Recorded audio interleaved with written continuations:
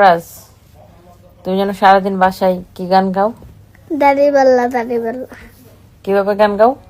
দাড়ি পাল্লা বহুত দিন, দাড়ি পাল্লা বহুত দিন। তো এগুলো তোমাকে কে শিখাইছে? এমনি সানডে দাড়ি পাল্লা বহুত দিবে। No way. ইয়াপ। না। Hey, she is lying. She is lying? Yup. আচ্ছা, তো দাড়িপাল্লা যে তুমি যে দাড়িপাল্লায় যে ভোট দিতে বলতেছো, তো পরে তো আম্মু দেশে থাকতে পারবো না, তারপরে কি হবে? তারপর তোমাকে রেখে আম্মু বিদেশ চলে যেতে হবে। কোথায়? কারণ আম্মু দাড়িপাল্লা লাইক করি না, তাই। আমিও তো যাব বিদেশে। না, তুই তো দাড়িপাল্লা লাইক করস, তো তুই দেশে থাক।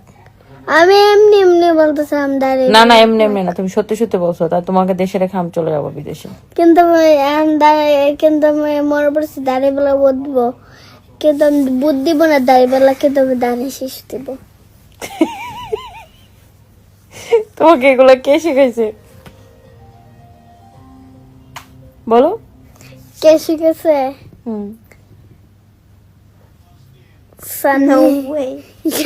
সব কিছু শুধু সানবির দোষ। কার কাছ থেকে শিখো এগুলা? সানবির কাছ থেকে। সবকিছু তুমি শুধু সানবির উপর দোষ দাও। হ্যাঁ।